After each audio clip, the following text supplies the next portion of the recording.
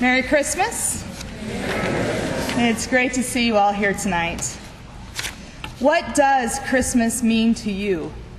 Beyond the Christmas tree and decorations and presents and wonderful dinners with family and friends, what meaning does Christmas hold? What difference does the birth of Jesus some 2,000 years ago make in your life today? What Christmas means to us, to each of us, is a big question. It's a question that probably does not have a lot of answers, but many, many paths to explore. What matters is that the question gets asked. What matters is that you ask yourself this question. It matters because if we don't consider what Christmas means to us, what impact it has on our lives, then our experience of the celebration of Christmas will be lacking something essential. It will be a holiday remembrance like any other, and not a time when the world is changed and our lives are transformed. Christmas is not simply a time of remembering the birth of Jesus. It's also a time of receiving the newborn Christ in our lives. Christmas is a time of grace. The grace of God became human in Jesus so that we might become part of God. We dive deep into this mystery of God's incarnation in story and song about a little baby named Jesus, born of a poor, unwed mother named Mary and her betrothed Joseph. Born in a stable in Bethlehem, far away from Mary and Joseph's home. The humility and gentleness of Jesus' birth communicates to us something profound about the nature of God's grace.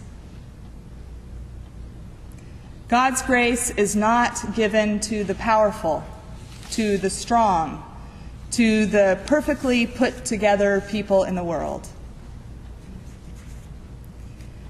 Instead, God's grace seeks the poor, the lonely, the imprisoned, the people who are living on the edge of life, those who hurt and those who suffer. This is who Jesus was born to, and who first came to visit Jesus.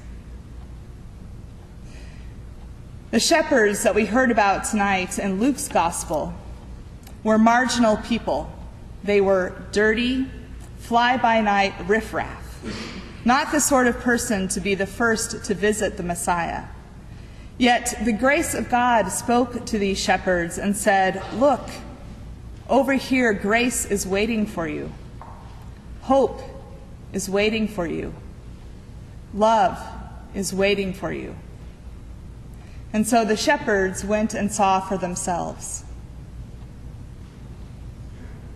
Now, I don't think there is a person among us who does not know what it feels like to be poor, to be financially impoverished, emotionally impoverished, poor in spirit. I don't think there is a person among us who does not know what it is like to feel imprisoned by something in our lives, to meet our limitations, to despair that we will not reach the dreams of our childhood. And I hope and pray that there is not a one among us who does not also know the power of the grace of God to transform our lives. Not in the sense of giving us what we want, but in the sense of filling in us the emptiness wherein our desires lie. The grace of God provides us with a new perspective. The grace of God brings us joy in the most difficult times, the hope of a newborn life in the midst of chaos and fear. So I ask you again, what does Christmas mean to you? How do you experience the hope of new life? Where in your life has the grace of God moved you from despair and suffering to joy and hope?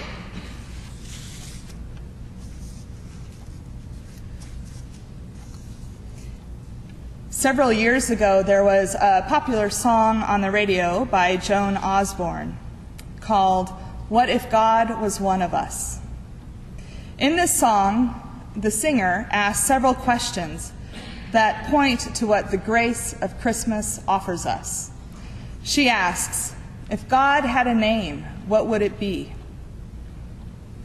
If God had a face, what would it look like?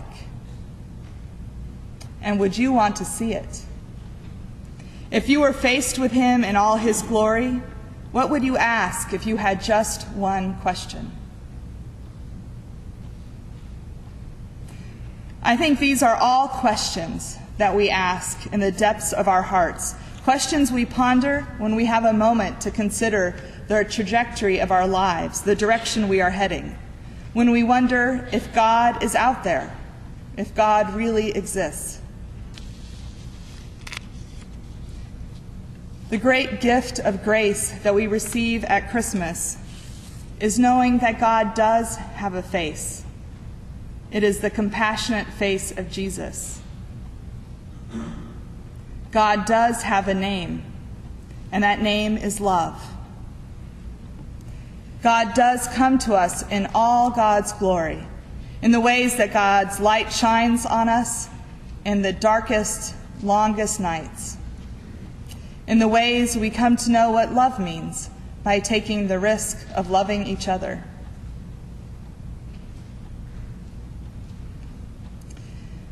The grace for us is that God is one of us. God is with us. God is in us, tonight and always. Merry Christmas.